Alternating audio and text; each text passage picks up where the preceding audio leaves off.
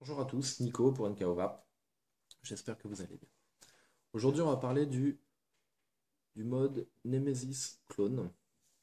Donc, mode qui m'a été très gentiment prêté par mon pote Yann. Donc, encore merci Yann. Tu as vraiment été de très bons conseils tout au long de mon initiation dans la VAP et même encore maintenant. Donc, je te remercie même pour la confiance que tu m'accordes en me prêtant du matos. Donc, vraiment un grand merci. Donc, voilà, le mode Nemesis Clone, que j'ai maintenant depuis environ 10 jours. Euh, je décide de faire une petite review dessus parce que, en fait, je sais même pas si je peux rappeler ça des reviews parce que c'est vraiment un partage d'impressions où je donne mon avis. Je ne suis pas un technicien de la vape, donc j'essaie de rester humble et puis de simplement partager mes impressions et puis mon expérience. Après, si jamais ça peut aider certaines personnes, tant mieux. Donc, euh, donc voilà, donc c'est vraiment pas une review, mais on va dire un petit partage d'impressions. Donc on va passer en gros plan tout de suite, on va le démonter, on va regarder un petit peu de quoi il se compose. Et après, on va l'essayer sur un atto. Et puis on va voir un petit peu si jamais il fait son taf. À tout de suite. Nous revoici en gros plan. Du coup, voilà la bête. Donc là, dans sa configuration la plus grande. Euh, Moi, je vous avouerai que j'ai de plus en plus de mal avec ces configurations qui font un petit peu lampe torche. Donc en version la plus grande, il est quand même plus grand que le Pipeline Pro. Et moi, du coup, à l'heure actuelle, je me dis tout ce qui dépasse le pipeline, ça ne me convient pas. Je veux surtout pas plus grand. Donc voilà. Donc en mode, on va dire, le plus grand, il fait quand même sa longueur.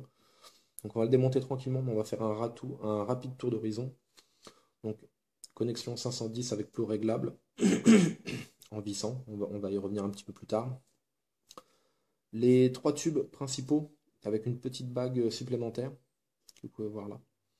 Donc, il accepte le 18-350, 18-500 ou 18-650. Évidemment, vous pouvez mettre le 18-350 avec la petite bague que vous voyez ici, de manière à pouvoir mettre un kick. Yann m'avait prêté un kick aussi, mais pour être honnête, j'ai même pas essayé. C'est pas forcément le truc qui m'attire. Je trouve que le principe de partir sur un mecha, c'est d'avoir, on va dire, du full power dès le début. Et du coup, le brider avec un kick. Donc un kick, c'est une petite bague qu'on rajoute à l'intérieur, qui vient entre l'accu et puis l'atto, de manière à brider un petit peu on va dire ce qu'envoie la batterie, d'après ce que j'ai compris en tout cas. Et bah, c'est pas forcément mon idée première. Si jamais on veut brider la batterie, les électros le font très bien, en tout cas pour ma part.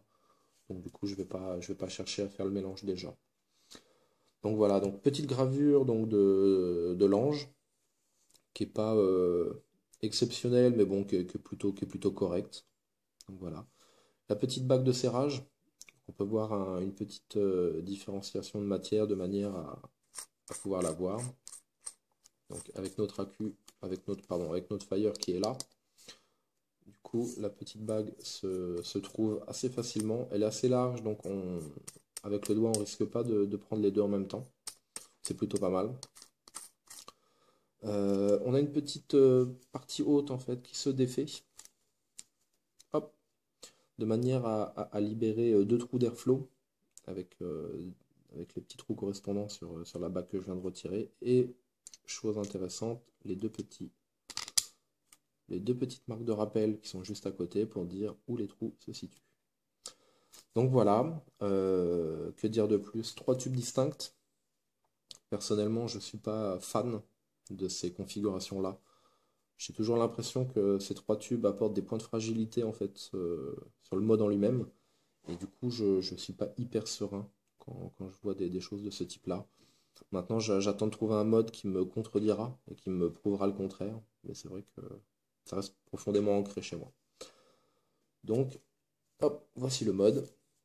Moi, du coup, ce que je vais faire, c'est que on va le démonter. Donc, les pas de vis sont plutôt pas mal. Moi, j'ai été agréablement surpris, même s'ils font légèrement du bruit, mais c'est pas énorme. Donc, hop, voici notre partie haute. Comme je vous l'ai dit tout à l'heure, le pin est réglable, ce qui fait qu'en dévissant notre petite vis, en fait, on va enfoncer notre pin à l'intérieur et en le resserrant, hop, on va le remonter. Ça c'est vraiment pas mal. le pin réglable, en 2 mots, que vous mettiez n'importe quel atto. Là par exemple je l'ai remonté au maximum. Hop, en le serrant à fond, je me retrouve avec ça. Forcément, c'est pas très joli, c'est pas même pas esthétique du tout. Et puis très concrètement, si jamais on diminue la course en fait du plot 510 de l'atto, je pense que on aura légèrement du jeu et puis on risque de fragiliser un peu l'ensemble.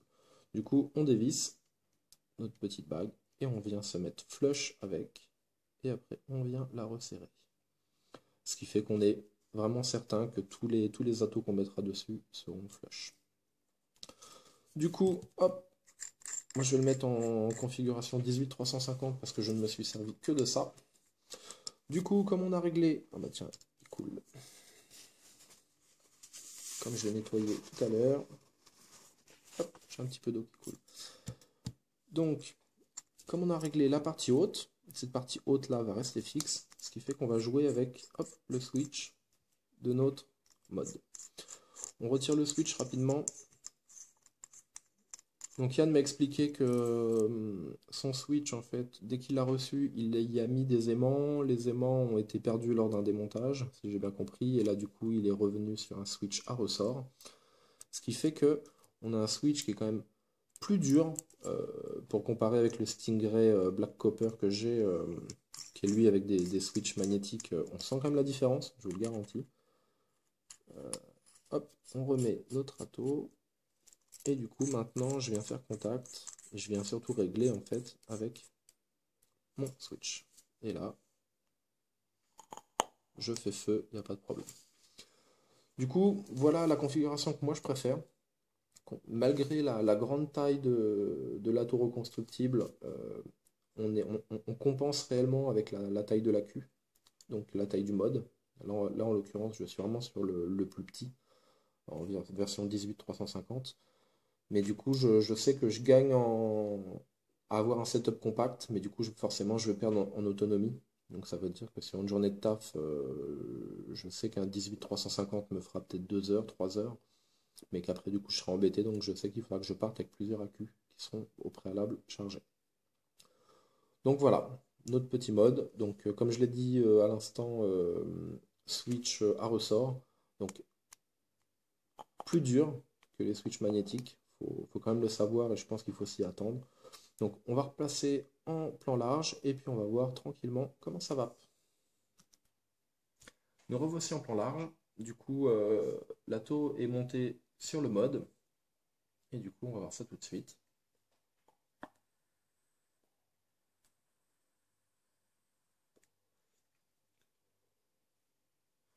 Et bah ça marche pas mal.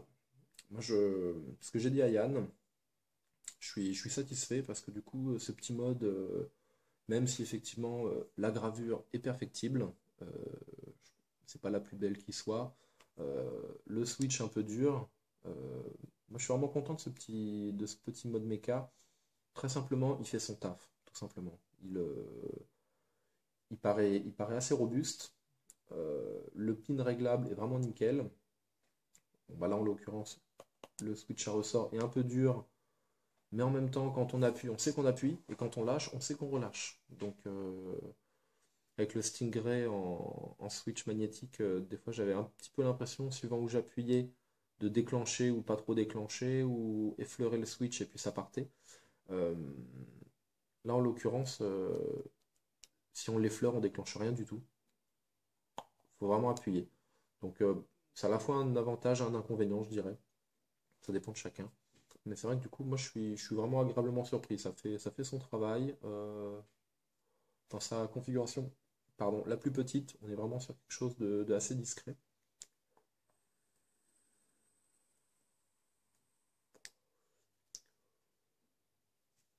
Et du coup, bah, très basiquement, hein, le mode fait son travail. Après, ça plaît ou ça plaît pas. Mais moi, je sais que je m'en suis servi donc plus d'une semaine et j'ai pas été embêté avec. Pas de misfire à la con, pardonnez-moi, pas de problème de réglage du pin 510 pour mettre l'atto. Vraiment, vraiment sympa. Après, Comme je vous l'ai dit, je suis pas un technicien de la vape, donc je vais pas pouvoir mesurer la conductivité ou quoi que ce soit du mode. Mais moi, tout ce que je peux dire, c'est que pour l'instant, il fait bien son travail.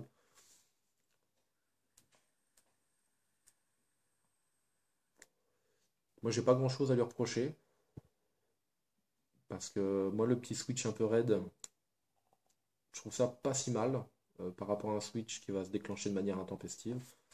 Là, le mode, je peux le poser à plat, il se déclenche pas. Enfin, pas à plat, mais à la verticale sur le switch, il ne se déclenche pas.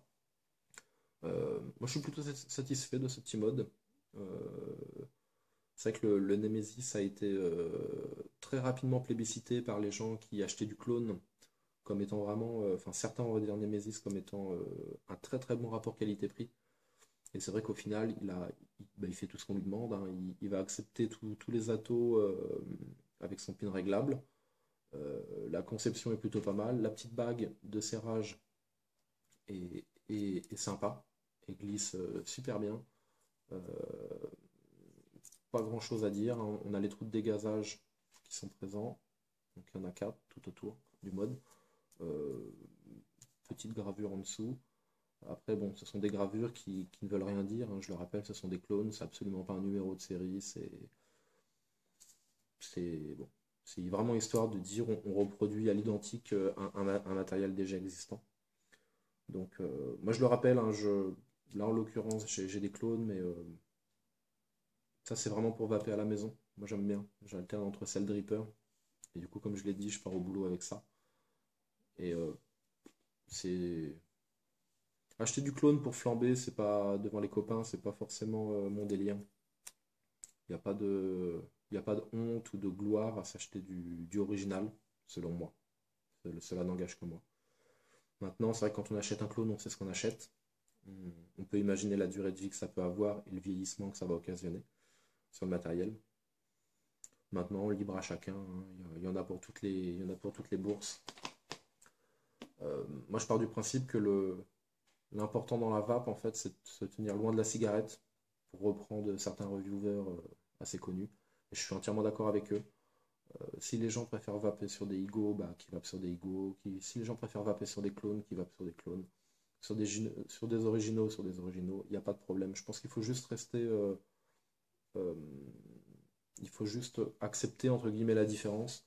Si les gens ont pas 150 euros à mettre dans un mode méca, il faut aussi le concevoir. Je pense qu'il faut pas se réduire à tout ça. Après, je le rappelle, hein, ce n'est que mon avis. Là, par exemple, j'ai un setup entièrement clone que mon pote Yann m'a prêté. Euh, je suis désolé, mais pour le prix enfin, pour le prix du coup que ça lui est revenu, ça fait super bien son taf. Maintenant, c'est sûr que ça crée de l'ombre aux créateurs originaux du matériel. Mais en même temps, tout le monde ne peut pas mettre 150 euros dans un mode et 140 euros dans un atelier reconstructible.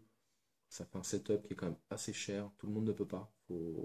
Après, je sais, il y en a qui vont dire que la cigarette coûte encore plus cher, mais si on vient aussi dans la vape, c'est aussi pour faire quelques économies dans ce monde économique un peu compliqué. Donc, moi, j'ai juste à dire, soyez indulgents, entre guillemets, avec les gens qui pratiquent pas forcément la même vape que vous. Donc, c'est un petit message d'espoir. Arrêtez les guerres à la con, clone, pas clone. Il y a forcément du pour et du contre. Mais bon, si jamais le marché est là, c'est qu'ils trouvent des gens, des acheteurs. Donc, soyez à l'écoute, restez humble, euh, critiquez pas ce que font les autres. Essayons de démontrer qu'on est vraiment unis dans la vape. Donc, c'est vraiment un message d'espoir. Mais, euh, mais j'y crois en tout cas, j'y crois. Je pense qu'il y a assez de place pour tout le monde et respectez un petit peu ce que font les autres, même si jamais vous n'êtes pas du même avis. Donc voilà. Écoutez, bonne vape à tous.